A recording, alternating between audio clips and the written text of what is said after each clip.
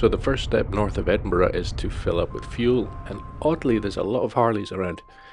Try and dry the gloves, get a bite to eat, and professionally clean the camera lens. A broken Range Rover, how unusual. So the first part of the plan is to avoid the rain by sticking to the east coast and heading up towards Aberdeen. As well as touring Scotland, there's a secondary mission at play. A friend of mine who's an archaeologist asked me to go check in on some old archaeological sites and get a few photographs, so that'll be coming up. Meanwhile, I find an antique centre and explore the barns for an hour or so.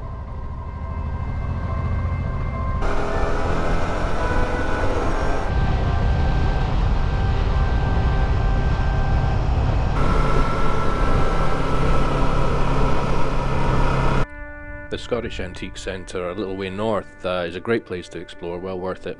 But, they also do a decent cup of tea.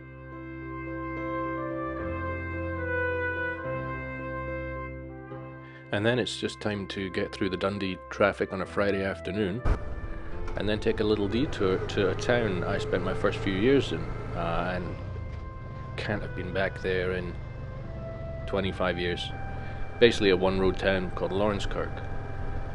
I went down the main road trying to see the property where I'd grown up, and couldn't find it. I made a phone call later and found out that the place actually burned down in 1985.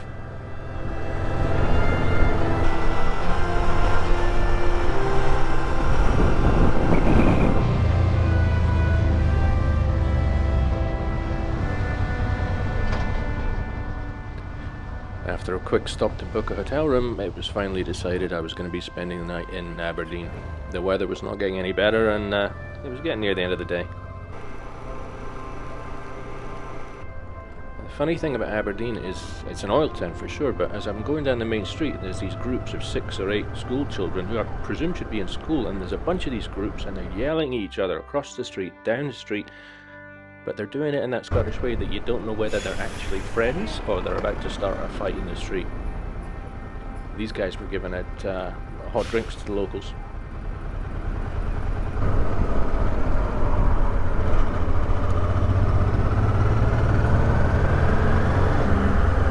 After circling around a couple of times looking for the hotel, I managed to find somewhere for dinner. The only restaurant nearby that didn't have an hour-and-a-half wait time. I guess it's busy on a Friday night in Aberdeen. Hopefully his umbrellas are not a sign of things to come.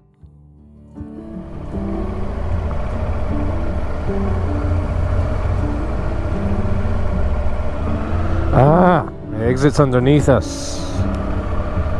And it's leaking in here.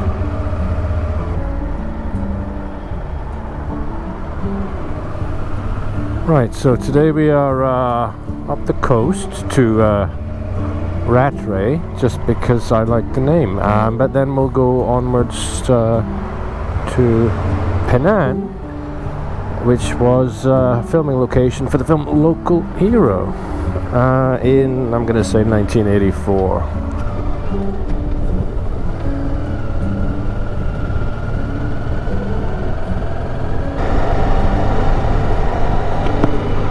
I remember this used to be the scene of teenagers racing cars on a Saturday night, and you can see why.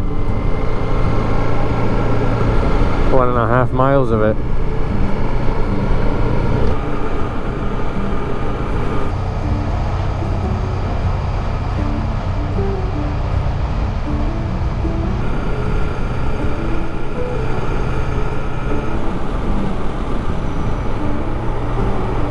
So once in a while in the countryside you find yourself stuck behind a Land Rover, and I can't really complain because I've owned one of these, and I love them to bits, and people do, but they are horrible to drive. And trust me, he's doing what, maybe 30 miles an hour in a 60, and to him it feels like he's doing 60. They roll that much, the steering is so vague, so he's doing his best.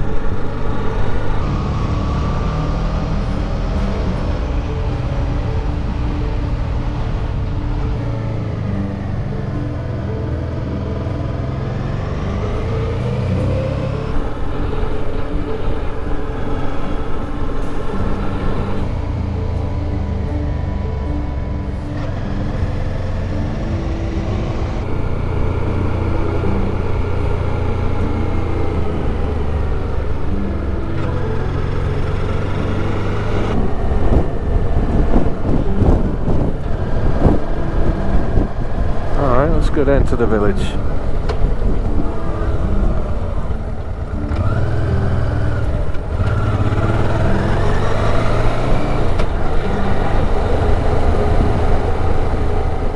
Now the village of Penang started out as an 18th century fishing village.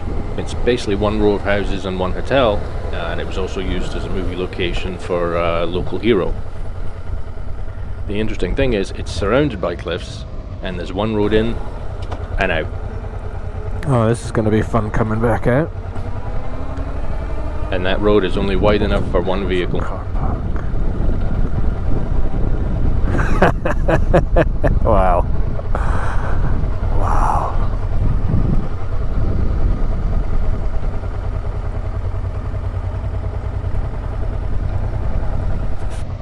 You might notice that most of the houses have the gable end facing out towards the sea, so they take less of a battering from the winter storms. Sometimes you pay the price for living in a postcard.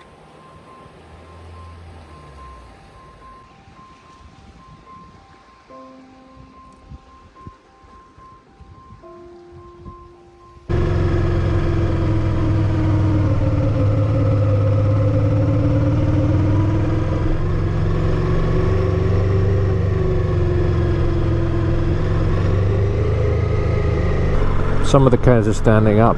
I'm going to take that as a positive. So we are on our way back to New Aberdeen, not to be confused with Aberdeen, which is also in Scotland, but 120 miles south of us.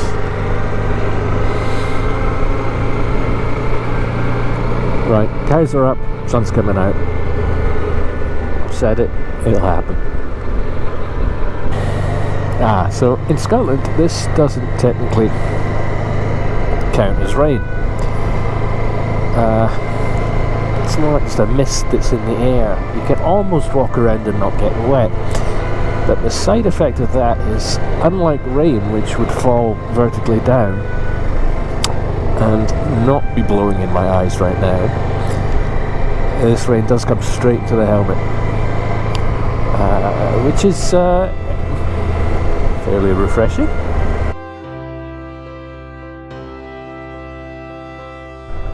After some creative parking, it's time to stop at the first of the archaeological sites that I have on my list, and this is the caves at New Aberdeen.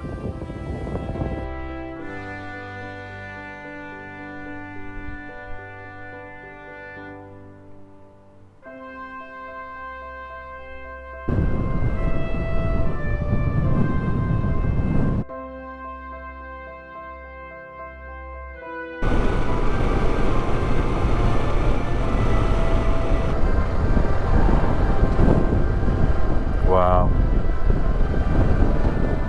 We passed through the pretty town of Cullen with its viaduct built in 1886, and the line was closed in 1968.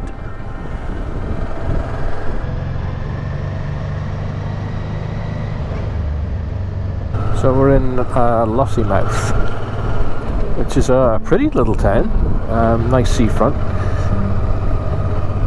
The only thing I really know this place from is that there is a local Air Force base, an RAF base nearby, so having been to the beach as a child in this region, you would get massive, Hercules planes flying over, low over the beaches. So really I just knew this for the aeroplanes flying overhead.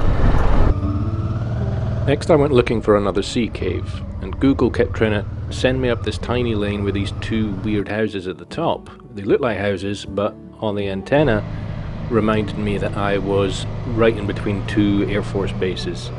By now I was thinking I was probably on camera. After doubling back a couple of times, I continued until the road got worse and worse and worse, and found a lookout point. Turns out the caves were directly underneath me, but I had no way to reach them, so this whole thing was a slightly wasted process.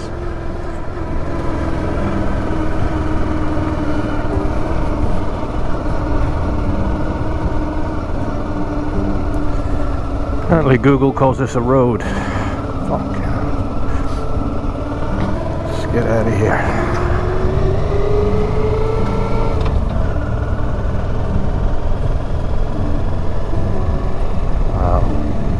Ah, there's the Air Force Base. A runway. The next thing to find was Swano's Stone. Okay. Bigger stone than I thought.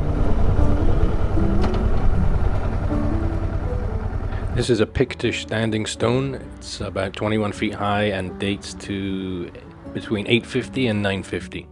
And nobody quite knows why it was made.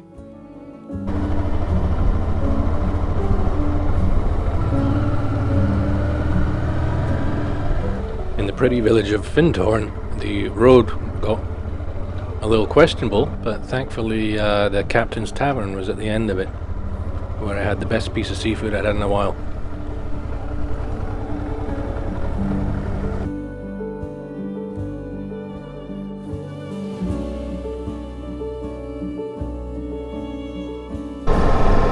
The last thing to do is right beside some more government property, drawing attention to myself before heading to the town of Forest to stock up with supplies for the next day and find a bed for the night.